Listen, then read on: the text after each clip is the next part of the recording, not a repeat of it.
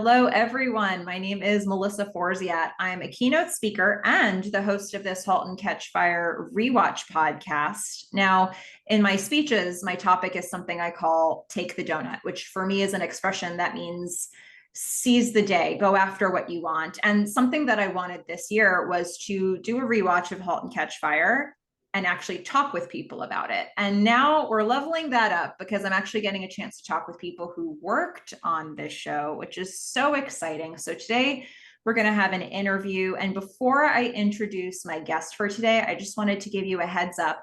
If you're watching the show for the first time, the recap episodes that I'm doing are safe for you. They're spoiler free. If this is your first watch of the show, the interviews are not necessarily spoiler free. So just be aware of that before you jump in. This is your only warning. I just want to make sure you know that. So having said all that, I'm so excited to introduce my guest for today, who is Mary Griffin, who was a stand-in for Mackenzie Davis for seasons 2 and 3. Welcome. Hi, thanks for having me. Oh, I'm so glad to have you here. And I have a ton of questions about what your role was and what your experience was on the show. But first, tell us more about your background. Well, prior to coming to the show, I had just graduated college, so I really didn't have much background, but I had worked in the film industry for quite some time, since I was actually in high school. And then I worked in the film industry all through college. And once I graduated, I got an amazing opportunity to join the show. Perfect. Were you local to the area where they were filming, or was it something that you have to sort of go to that area when you got the role? So I was not local at the time. I kind of, interestingly, I think I had been sitting at home for like 3 weeks, right after graduating. And my mom's like, "What are you going to do with your life?" And I'm like, "I don't know." And we had a big cookout, I remember. And I got the call from casting, and I had submitted for this like probably weeks ago and forgotten that I had submitted. And they said, "What's your schedule, look like, do you for the next like couple months?" And I said, "It's wide open." And they said, "Great, we want you to start working on this show. We want you to be a full-time stand-in for Mackenzie." And I said, "Great, well, when does it start?" And they're like, "In 3 days." And I said, "Okay, I'll be there." And I didn't have a place to live, but my aunt actually lived closer to Atlanta. So she was there at the cookout, and I was like, "Hey, do you mind if I come home with you and live with you for a little bit while I start this new job?"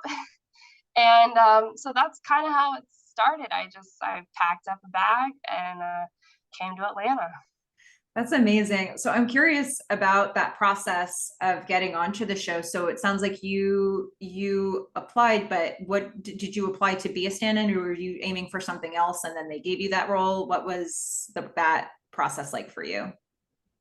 So I had actually applied specifically for the stand-in position, because at the time, especially in the Georgia film industry, which stand-ins still make more money, but the stand-ins were making more money, and I was trying to take a turn in my career and stay away from doing only background work. I wanted to expand and give myself the grace and the freedom to only accept the higher paying jobs and positions that were offered to me. I didn't just want to do background. Not that there was anything wrong with that, but I just wanted to level up.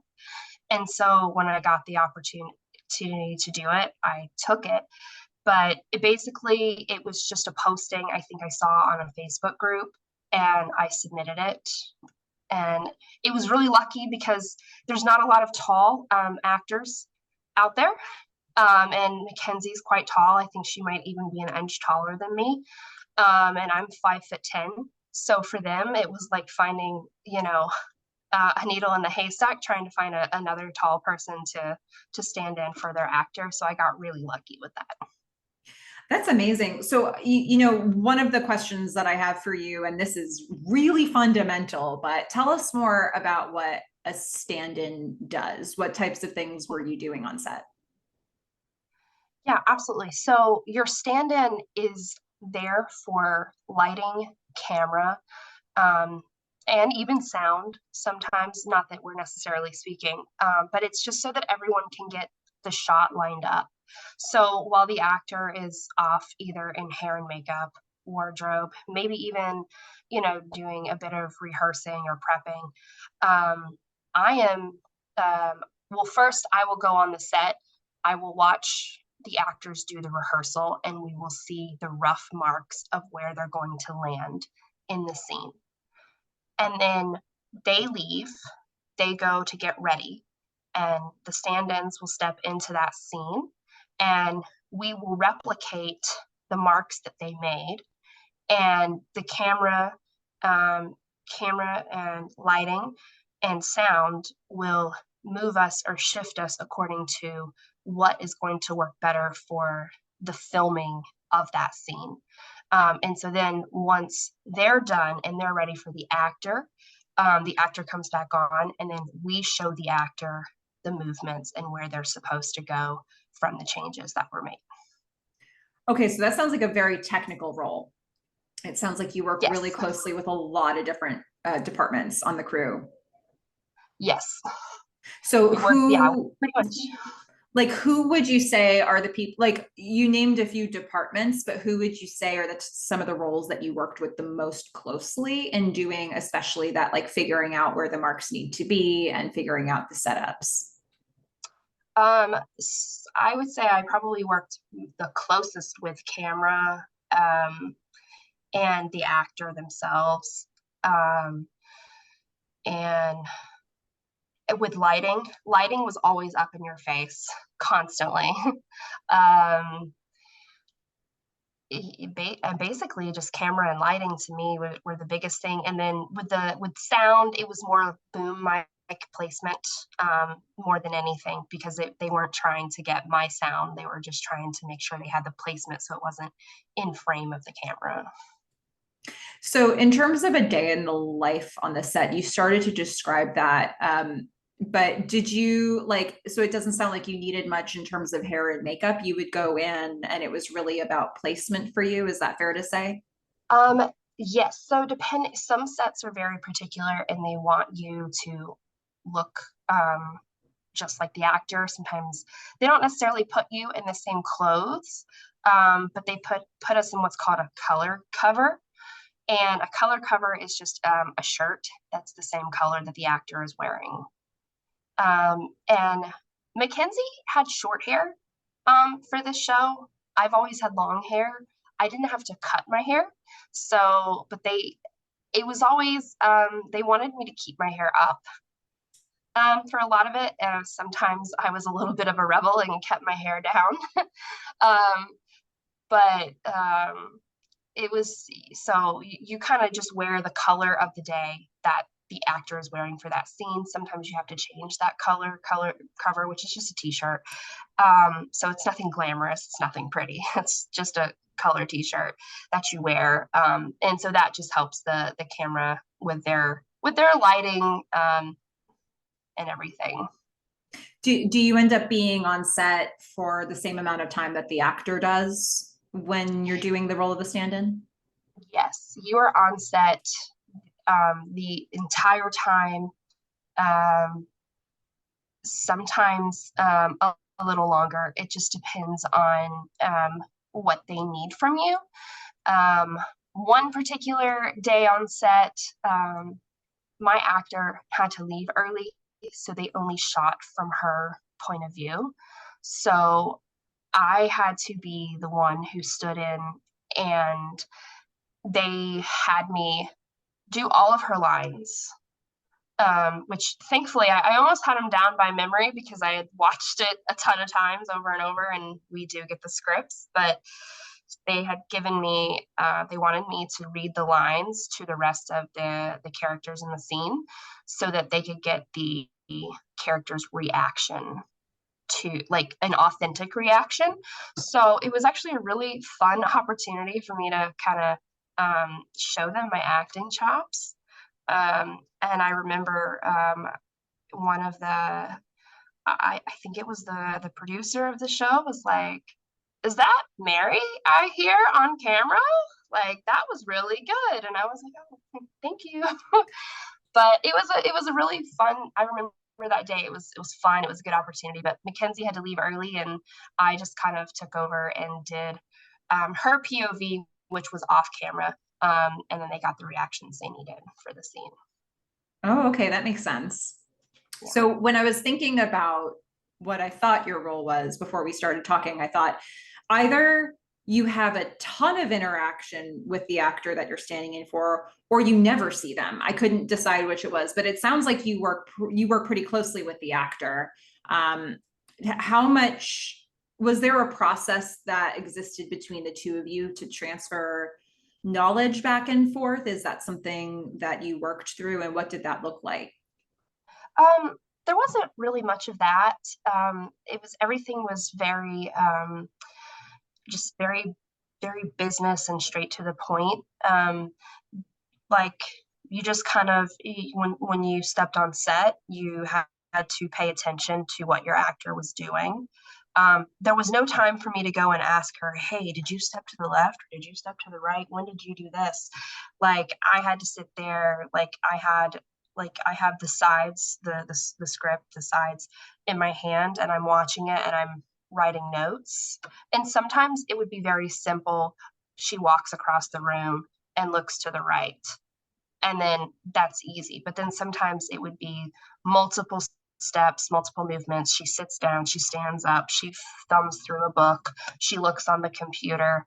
Like, so I would have to write down all these key, like, notes to remember to do those. So I didn't necessarily have a point where I could just be like, hey, can you do that for me again? Because I had to pay attention. And if I didn't pay attention, I would definitely get yelled at, and it wouldn't be a good day for me if I didn't pay attention.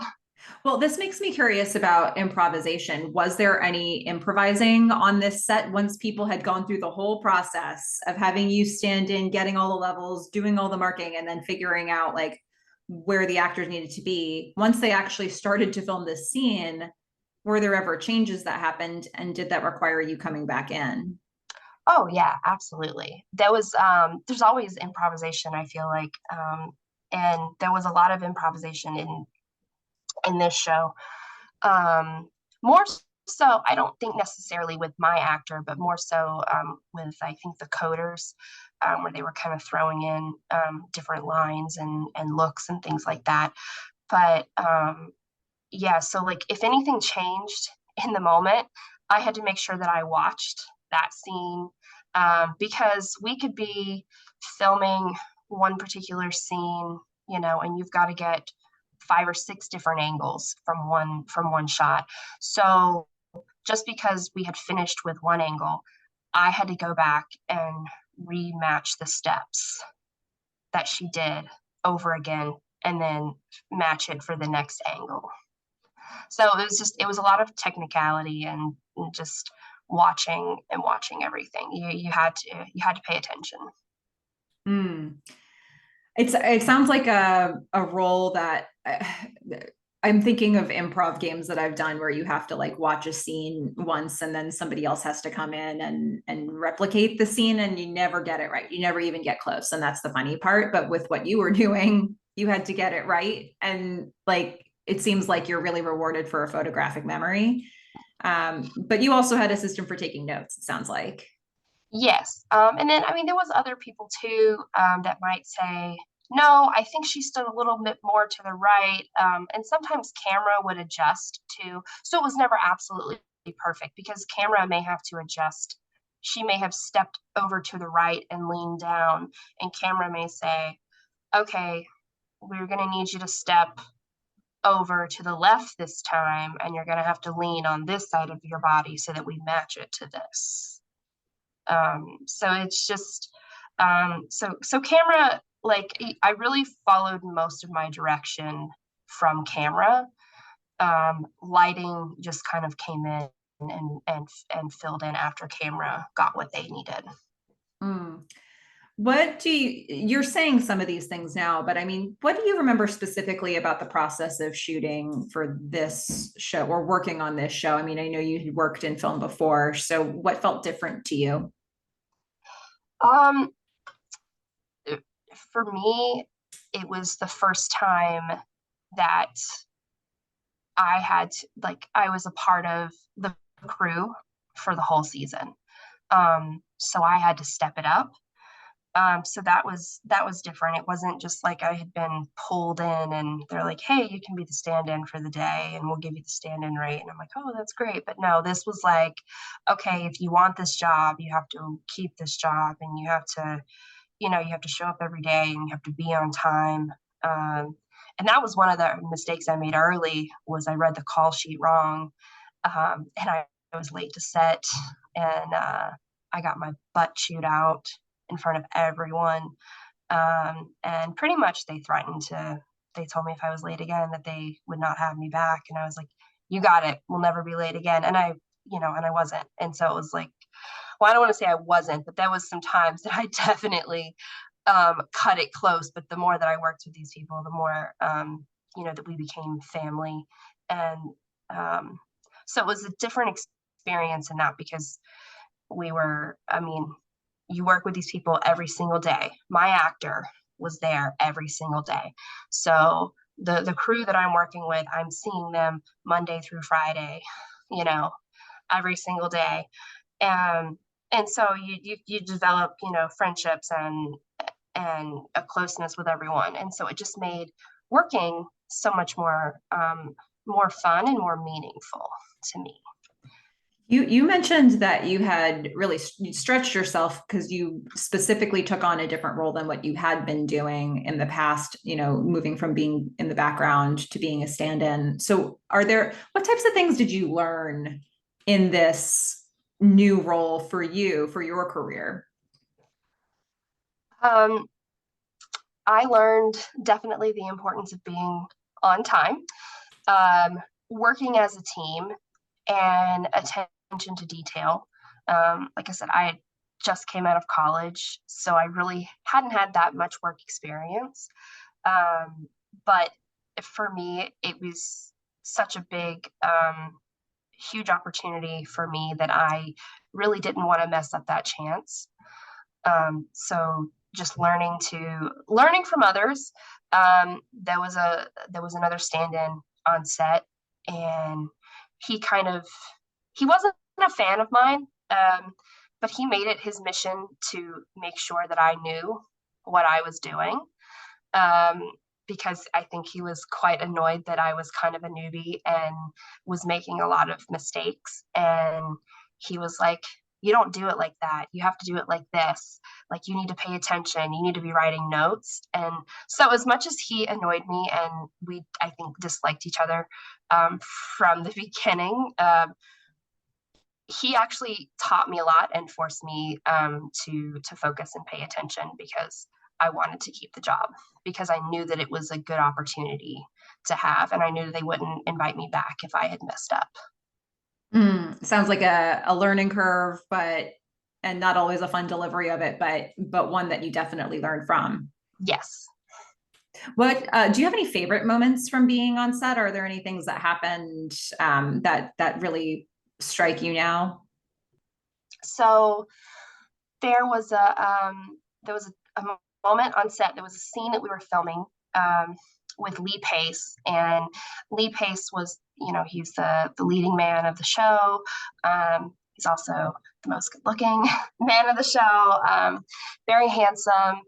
And anyways, there was a scene where he comes into the house to meet Mackenzie's character, and he's got on where he looks like he'd been in the office all day. So he's got a suit on and he comes in and he's got like a leather jacket on, he's got aviators on, and he comes through the door, his like jacket's like slung over his shoulder, and he's loosening his tie, and in like a one fell swoop he like loosens his tie and like lifts the aviators off and does this smile, and there was an audible gasp behind camera from like all the ladies on set, like me, hair, makeup, just any other lady crew members.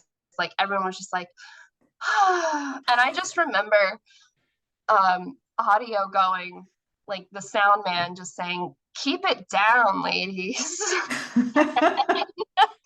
And then everyone just started laughing, and then they had to cut and like restart again. And we were like, yeah, I think we need to see that scene a few more times.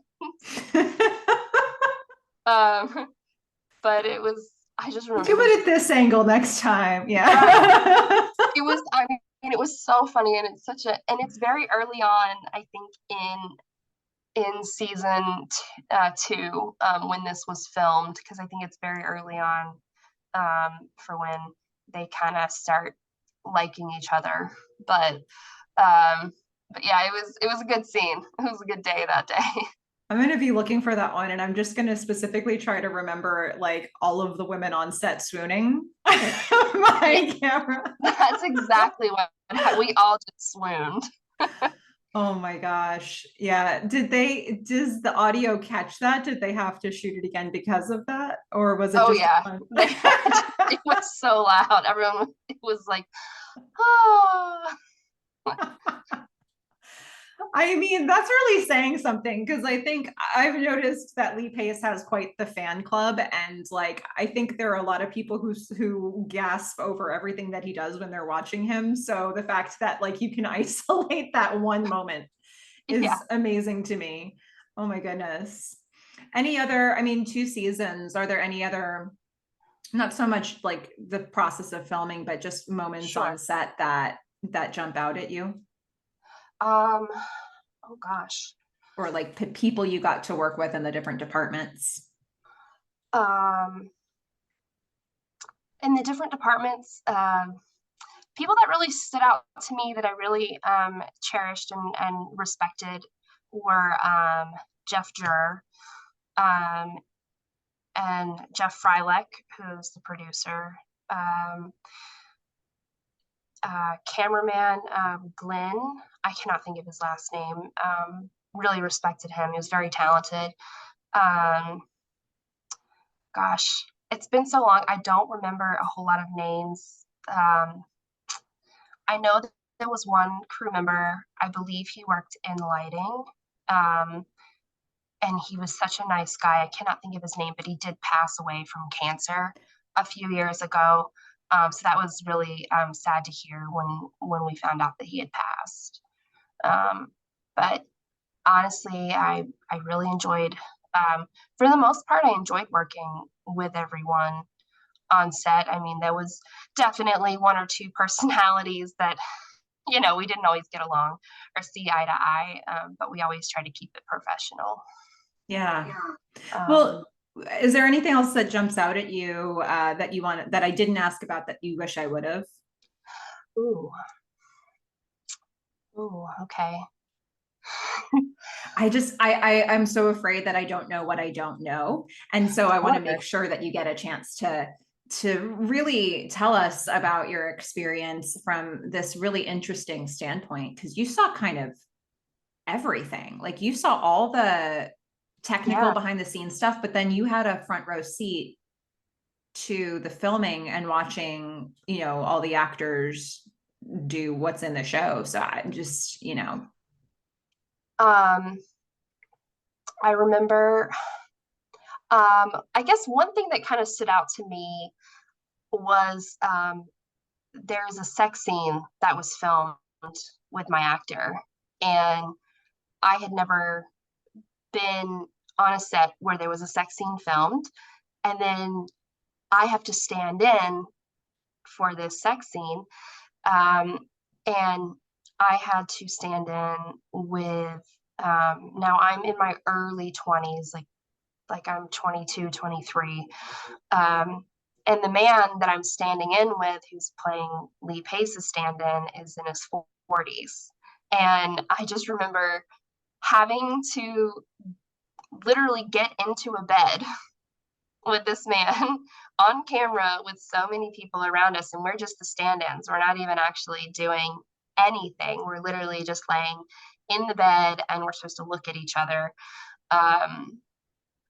And it's just kind of an interesting process, because I never thought of how they capture that on set, and how people are so comfortable. And obviously it was a closed set once the filming had started, so we weren't allowed in there. I was allowed I think to watch initially from the beginning, just to see like the placement of where I'm supposed to go. But once they got more into it, we didn't watch that part. But I remember laying in the bed and they pulled a sheet over us, and we're kind of just like laying in the bed like that, looking at each other eye to eye.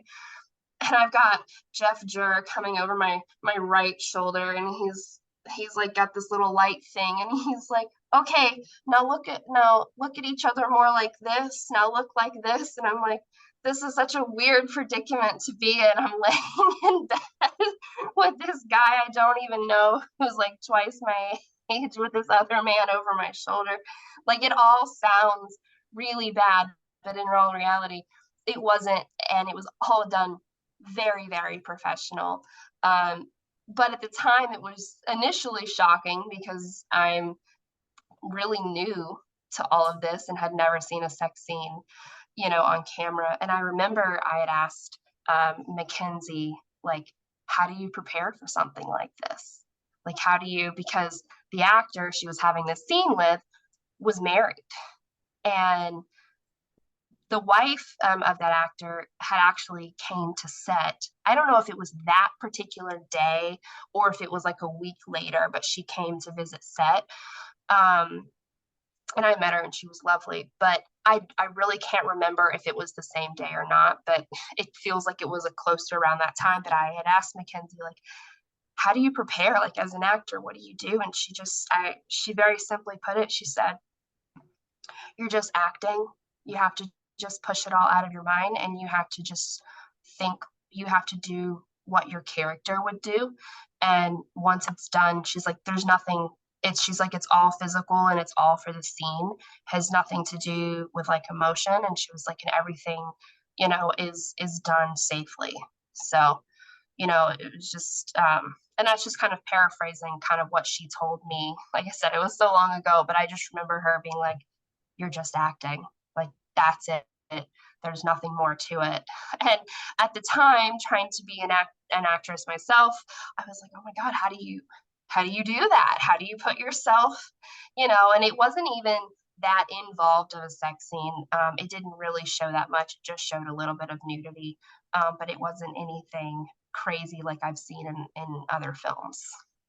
Yeah, what an education to get. I think I have never thought about that, because I feel like the actors maybe to some degree have a little bit of say over what they will or won't do, perhaps, but then the stand-ins, you're doing what the actor's doing, right? Like, so I think, Yeah, granted, like, you don't have to necessarily act it, it's more about placement, but correct. Yeah, still, like, it's what they've agreed to, you've kind of by proxy agreed to, so it's yeah, that kind of complicated. like, yeah, my first day on set, they wanted me to sit in Sean's lap. Sean was the stand-in for Lee, and like I said, Sean is in his 40s. I'd never met him, and sometimes in this industry, especially when they hire like background people and extras and stand-ins, there's not really a background check, so you don't know who you're working with. You don't know, is this a person that I should feel comfortable around or I should feel safe around? And so, like, my first day on set, and they want me to film this scene where I'm sitting in his lap, like he's like holding me like this, and I'm just sitting in his lap for like hours. They're just around us, and I'm just like, okay, well, I guess like this is part of the job. And and Sean turned out, he was a great guy, very respectful. So there's no issues there. He stayed on. I think he ended up leaving. He wasn't there for the next season, or maybe he came for part of it, but something happened where he couldn't finish the third season, I think. Mm. But yeah, so there are moments where you're kind of put in an uncomfortable position, and you're kind of like, okay, well, this is what I signed up to do, so this is, I guess, what I'm doing. Even though you're not acting in it, was there any scene that was particularly fun to stand in for? Mm, Aside from the swooning over Lee Pace moment. yeah, that was a great scene. You know, the scene, there's a scene where they're playing video games on this like I don't know where they found this equipment, but they found it in like mint condition. I don't even remember the game, but it's like I guess it's from the 70s or late 70s, early 80s. You can't even they don't even make them anymore. And the fact that they found like a working one because it's like a full like TV screen with controllers. So there's a scene where Mackenzie is playing this game um, with someone in the scene, and so I got to like actually play the game and like kind of watch her play the game, and then I go in. I'm like, okay, well this is easy enough. I play the game and I get excited and jump up and down. So that was kind of fun. Was that the Sometimes, scene in was that a scene with Gordon yeah, that that Mackenzie? that feels like a scene with Gordon. Yeah, Yeah, that might have been Mario Kart, maybe. Something like it that. wasn't a Mario Kart. Duck Um, Hunt. Duck Hunt. That's what it was. Hmm. Yeah, it was Duck Hunt. Okay. So you Yeah, got a chance to play that while you were I standing got a in. chance to play that because we weren't allowed to touch it or play with it otherwise because it was such a fragile piece of equipment that they were like, it has to work um, because they had bought it off a collector. Oh, That so they were like, it has to work for the scene, and if it doesn't work, like it's going to be so much more money, and they're going to have to figure out something else. getting getting the stuff they needed to make it really look like an 80s and 90s like sort of period piece must have been an incredibly complicated process. I can't even imagine the shopping that took place like months prior to that show to collect like computers and old MacBooks and things of that nature that they found that were actual real functioning working computers. Like some of the coding that you see, like where they're typing things out. I don't know how much of that they actually typed out, but those machines had the capability to do those things because you could kind of play around and type things out. And then there was some people that actually remembered how to do the coding, and they're like, "Oh yeah, like this is how you did this," and we're just like, "I don't remember. I wouldn't know what I was doing." So it was kind of an interesting um, process to kind of see all the technology kind of transform, and then I was told that part of Halt and Catch Fire's story was that it started from um, based on a true story. The phrasing that I was always told was the reason why we have IBM in our computers today. And it just kind of launched then because I guess in those early days they didn't have copyrights. There was a lot of stealing of the copyrights. Um, and so they created from a little truth. They took from an original story from how one company kind of um, rose and fell and lost, and another company swooped in and took all their hard work and turned it into millions. That was kind of the premise of how Halt and Catch Fire got started. And then, of course, they added all of the drama and the other, the storyline with it. Yeah, I think the beautiful thing about it is the drama is kind of built in, even in the Yeah. premise. So it's not like a far jump to think that, it's got to be scary to be somebody who was on the leading edge of all of that stuff when it was being developed, because you just never knew who was going to come up with the same idea that you had. Um, and you've got things like Comdex where people are all kind of seeing each other's advancements, and you're probably all sort of getting onto the same page and thinking in the same direction after that. So it must have been scary to be working on something and knowing you've got to Yeah. get it out there. Yeah, I can imagine. I mean, just watching it unfold, just like with the script itself in the beginning, was like, wow, like these were true like computer pioneers that really laid a foundation to what we have today. You don't think about the process of what it took. I mean, they talked about in the show um, how online trading, like buying things, became became a thing because people were meeting in chat groups and they were saying, hey, do you have this video game? I'll buy this video game, or I'll swap this video game if you have this video game. And then you kind of see Mackenzie's character go, wait a minute, people are using this to meet up.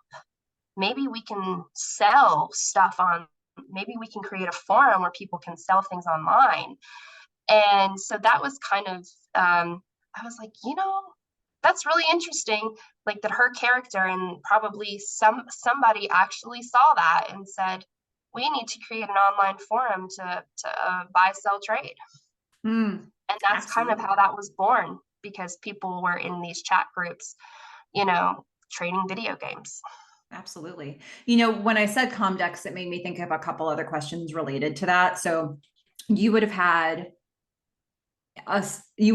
one episode where that in the seasons that you did that would have been around Comdex, but I'm curious, like, was it different for you as a stand-in when it was, scenes that it was just like a couple people versus scenes that had a bunch of extras in it? You had like the mutiny party, you might have had stuff at Comdex. How does that change what you're doing as a stand-in for one of the lead actors? Yeah, absolutely. It changes a lot. So when it's just a handful of us, the scene is really easy. The day also seems to go by a lot faster because it's just a few of you, and you're like, all right, we can just kind of, bang it out, get it done, like, and it's easy. But then when you throw in, like the mutiny party, which that was a fun day. I think I still have like a photo from the mutiny party. um, and so it's kind of like when you're in those scenes, you when we're doing the rehearsal and I'm rehearsing with the coders that are actually used in the scene, um, they're saying their lines to me because I'm, Mackenzie essentially. And so um, sometimes I just say the line back just to keep the flow going. And so that's just kind of what you did, just to kind of keep that flow and that rehearsal going so that the camera could see all the different angles. But it definitely was a longer day. The more people you had on camera, the more angles you had to get, and the longer it was. Now, when it came like with like the bigger scenes, when there was a ton of extras, I remember there was like a club scene. Um, my character wasn't necessarily in the thick of the club. She was just kind of off to the side. So there wasn't a whole lot that I had to really worry too much about. I just kind of had to focus on that small little bit that she was in the scene. And then they had actually pulled me a couple of times when they didn't have enough background people, and they just threw on an 80s outfit, and they were like, we just need you in the back. And I'm like, okay, and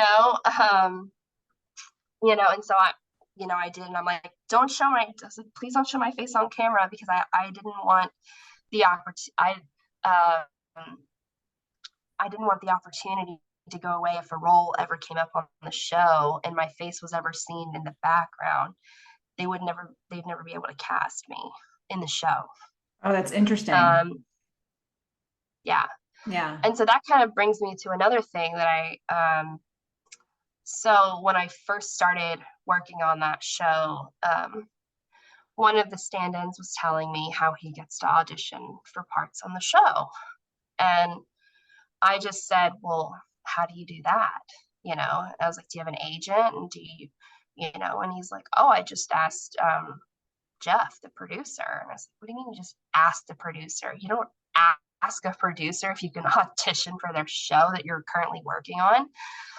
And he's like, oh, like Jeff's cool. You just kind of have to catch him at a good time. And I was like, are you sure? Like, I'm thinking he set me up, right? Because he didn't really like me.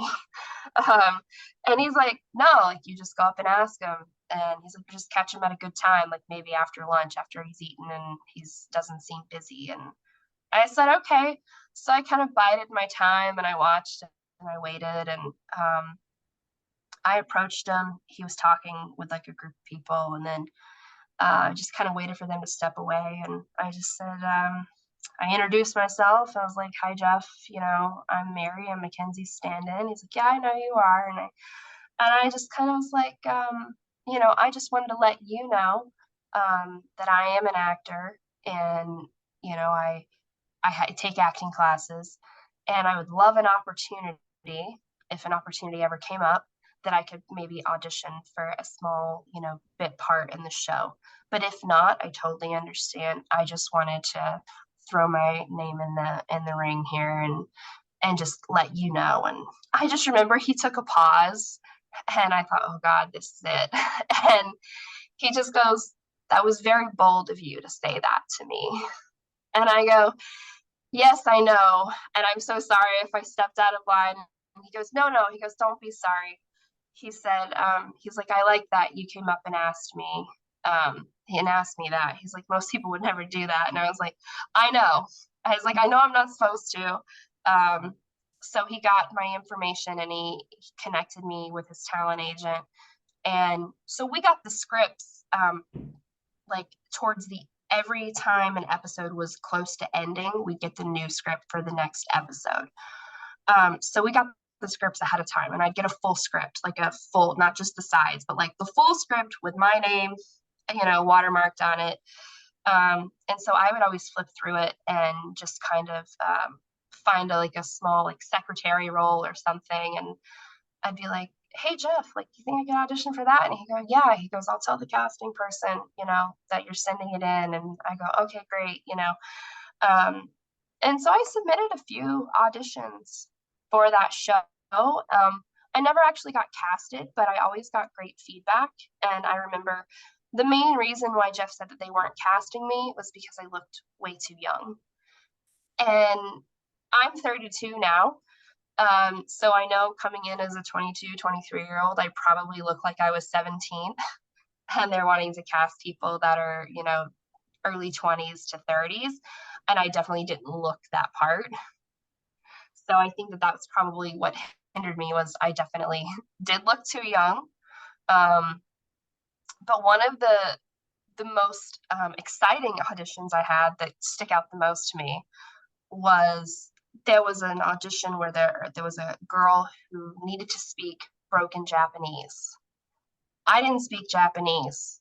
And Jeff came up to me and said, Mary, why didn't you submit for this role? And I said, Jeff, I don't speak Japanese.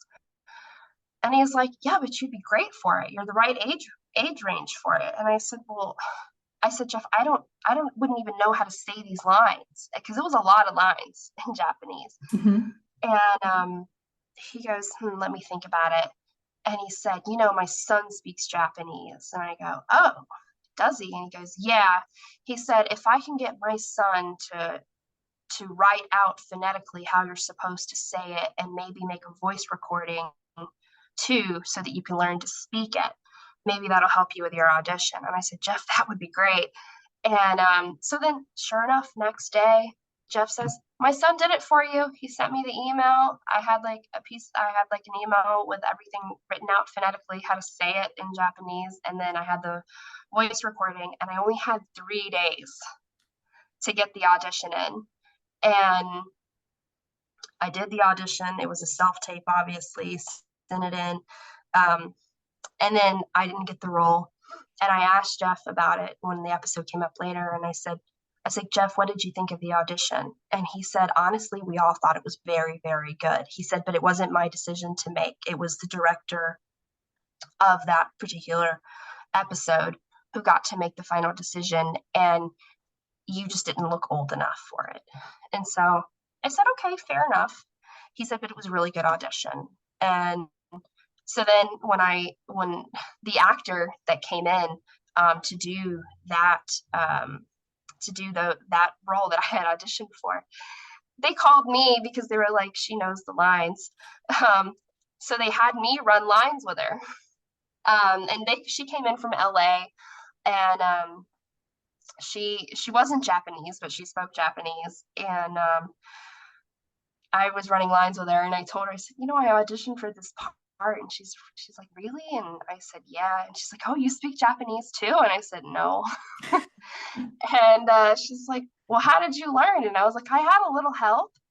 And she's like, let me hear your Japanese part, like say it, you know. So I did, and she's like, oh my God, you sound perfect, like you're on point. And I was like, really? I was like, because I was under the impression that everyone said I did a good job, but I was like, I didn't think I did that good of a job with the speaking of the Japanese part, especially coming from someone who had never spoke Japanese, never even looked at Japanese. So I felt pretty proud about that I got the opportunity to do that, and the fact that a producer, an AMC producer, was like, yeah, I'll help you. My son speaks Japanese. Let me help you out. Like, in this day and age, Amazing. that would never That happen. sounds very nurturing, like taking you Yeah. under their wing, sort of. And I remember that scene. I remember and there was a fair amount of Japanese. Yeah. I would have been like, I have one other question about a comm deck scene. I'm Okay. imagining this was, if you were standing in for it, it would have been complicated. There was a dance scene to a song called Valoria at a Atari party. Mm-hmm. And it was Cameron and Joe. Donna eventually shows up at the party. Mm-hmm.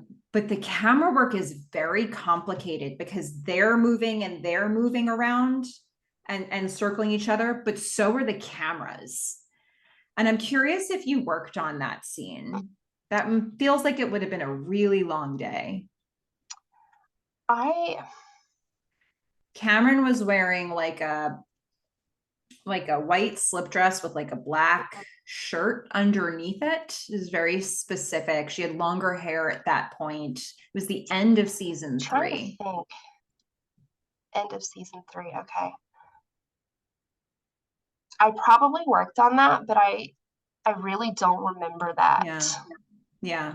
And if there was dancing involved, I imagine, because I'm not a dancer, they probably would have just put in, which is probably why I don't remember it. They probably would have just put in her trainer, Mm.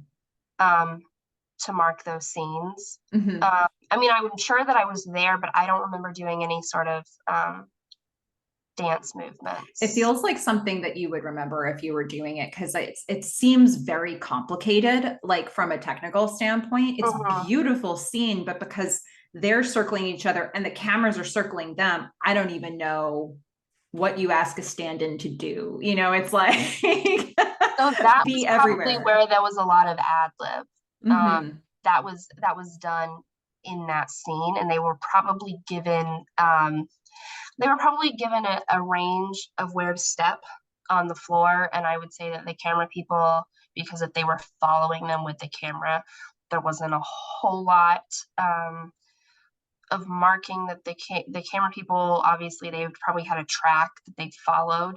Mm-hmm. So they would set that up and on the dolly and kind of follow around. But yeah, I don't remember that one. No, that's still cool insight. I'm so curious about that scene, but I will keep asking. Yeah, But I just, thank you so much for all of the really cool information that you've been sharing and all the memories that you've somehow been digging up from all these years ago. yeah, of course. It's And amazing. I found this from, it's a hat they gave us as a parting gift on one of the seasons. I think it was season 3 we got this hat. Oh, that's so wonderful. It was like, and then on the back of it was like my favorite part. It says mutiny. Oh, that's the coolest part. So it was my favorite hat. It's like Panavision of Atlanta on there. Oh, that's fantastic. So yeah, I saw this hat. I was like, oh, this is gonna be perfect to show you. Oh my gosh, I love it. You brought props, you brought show and tell items. This is everything I wanted it to be. And I just love just so many stories and experiences, such a range of experiences that you had in a very young age, really learning on that set and sort of getting to experience everything. And, before we close, I just wanted to ask, like, is there anything that you're up to now that you want us to know about? There may or may not be, but I just wanted to give you an opportunity to share what you're up to or where we can find you, whatever feels right. Yeah, sure. Well, currently, I'm a flight attendant now. And so you can find me flying over to Europe all the time. That's kind of all I fly to. But I'm also a travel agent as well. Um, so I'm really good at traveling. So I can book a lot of vacations. Um, but yeah, you can follow me at Mary at Once Upon a Wish Travel. And yeah, and you know what? Acting is not done for me. I took a pause when I became a flight attendant, and I am the reason I became a travel agent is so that I could make a little bit more money and stay home a little bit more. So I'm trying to phase out flying because I would like to stay home. I did move back to the Atlanta area about 2 years ago, and I purchased a home here. So I'm here in the Atlanta area. I did work as an extra, like on a small project last year, and it was fun just to get back into it. So I don't know, maybe you might see me in a little. I'm going to start from the bottom, work my way up to the top again, and hopefully, have some better success. But either way, I've been enjoying the journey that I've been on. I do enjoy being a flight attendant and being a travel agent and just seeing the world. This is kind of what I've been doing. Oh, that's amazing. I thank you so much for all the time that you've taken to go on this trip down memory lane and share your experience and all the Of course. backstories. This has And been fun. I've enjoyed this.